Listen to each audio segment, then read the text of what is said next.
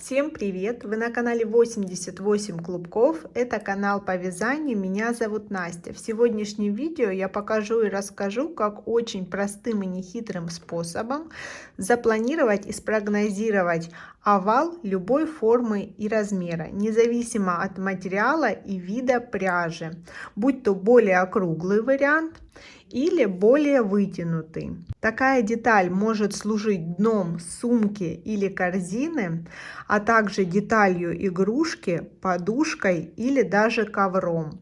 Приступим к основным моментам. Мне потребуется лист бумаги. Для удобства я взяла в клеточку. Для меня необходимо сейчас определить желаемый размер донышка. Для себя визуально я представила его как 10 на 23. Выделяю 10 по ширине сантиметров и отцентровываю 23 сантиметра по 11,5 с одной и с другой сторон.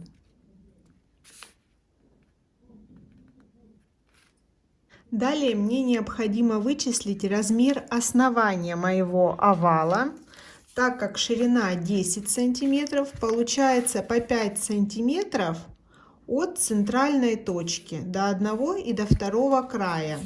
Здесь от определенной точки ширины овала я также откладываю 5 сантиметров с одной и 5 сантиметров с другой стороны. Соединяю основание овала. Оно составляет 13 сантиметров.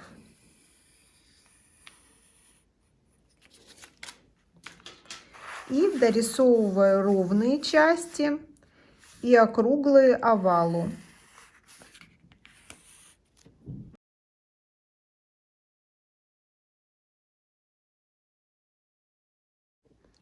На данном этапе, с какой бы точки центрального основания я не пыталась провести линию до боковой части, в каждой точке по каждому направлению у меня 5 сантиметров. Теперь мне необходимо набрать цепочку из воздушных петель, равную этим 13 сантиметрам основания.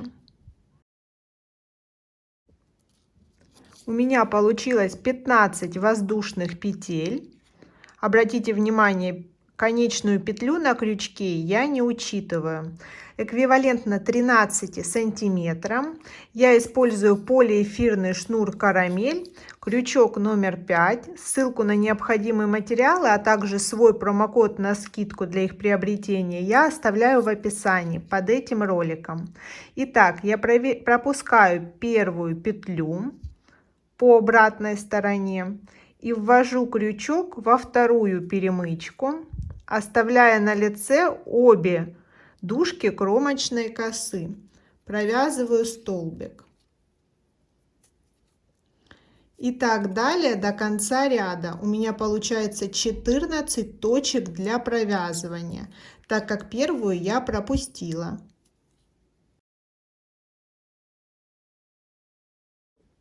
14 столбиков без накида провязано. Здесь я распускаю узел, чтобы не было уплотнения по полотну. И в последнюю 14-ю точку провязываю еще 2 столбика. В общей сложности 3 столбика на повороте. Пускаю хвостик в полотно. Продолжаю вязать в обратном направлении, вставляю крючок в ту же самую точку, как и при вязании прямого ряда, то есть в основание за обе дужки кромочной косы. Столбики без накида до конца ряда или до следующего поворота.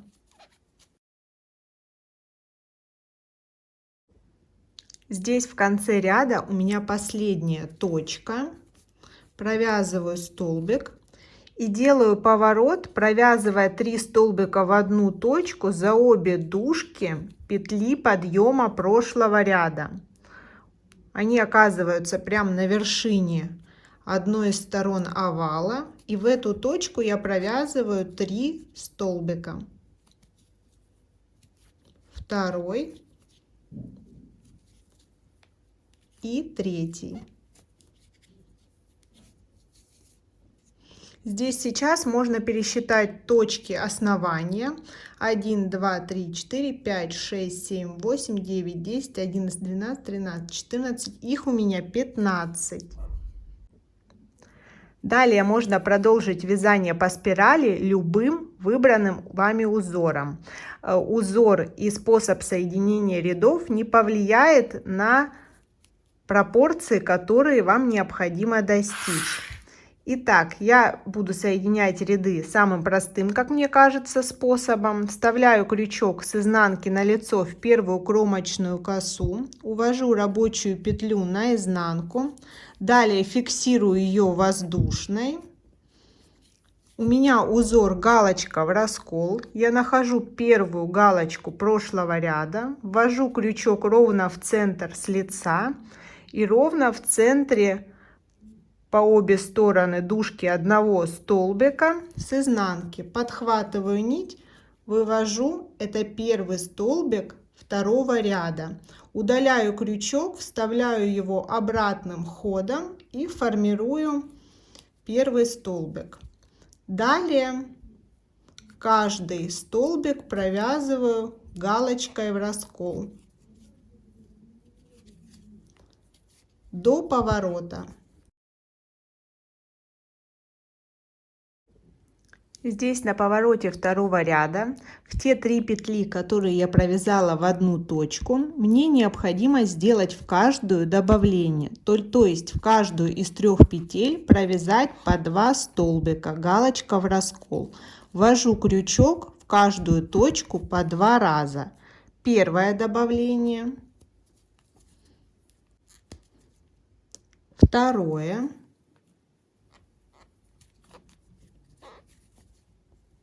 два столбика в одну точку. И последнее, третье, завершает поворот. Так, на каждом повороте, в каждом ряду у меня будет по 3 добавления.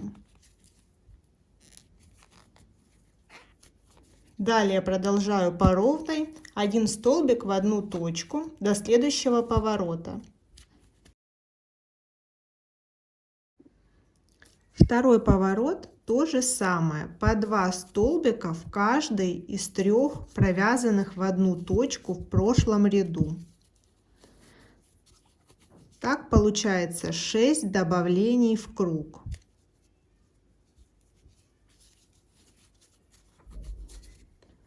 Второе добавление и последнее, третье.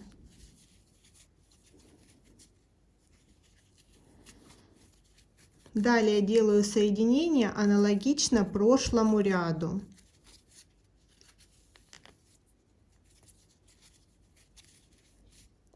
Здесь при соединении я каждый раз возвращаюсь немножко назад. Если я буду делать соединение в текущий столбик, соединение рядов у меня будет сдвигаться. Поэтому я на шаг назад возвращаюсь и формирую первый столбик следующего ряда.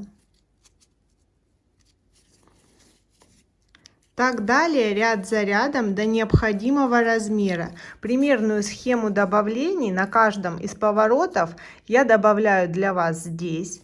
Также скажу, что в каждом ряду расстояние между добавлениями увеличивается на 1 столбик. То есть здесь сейчас буду вязать через 1 добавление, в следующем, в 4-м ряду через 2, далее через 3, через 4. И так до необходимой размерности.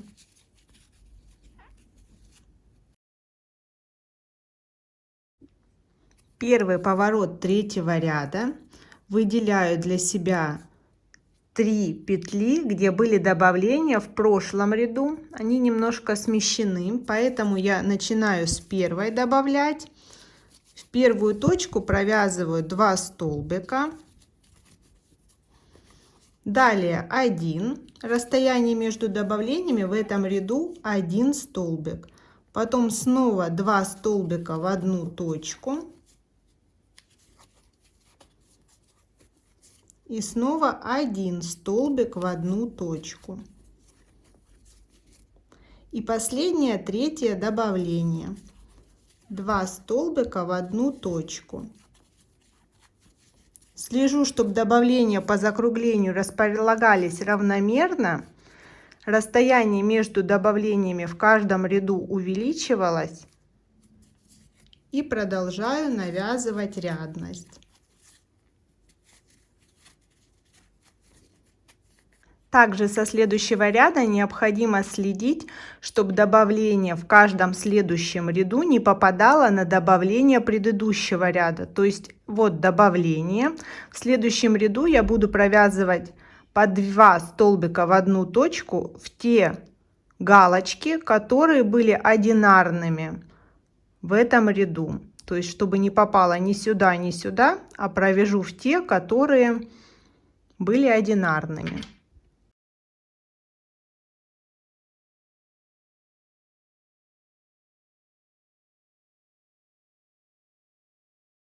Я провязала 5 рядов. В 5-м ряду добавления были на поворотах через каждые 3 одиночные столбика. Сейчас я посмотрю, как по размеру. По размеру все отлично, но сейчас размер заготовки по внутренним стенкам намеченных мною размеров. Поэтому я провязываю еще один ряд и буду снимать мерки. Мною провязано 6 рядов. Я планировала размер 23 на 10. Обращаю внимание, размер выдержан без учета кромочной косы. 23 по длинной стороне овала и 10 сантиметров по короткой стороне овала. Полностью пропорции соответствуют запланированному эскизу.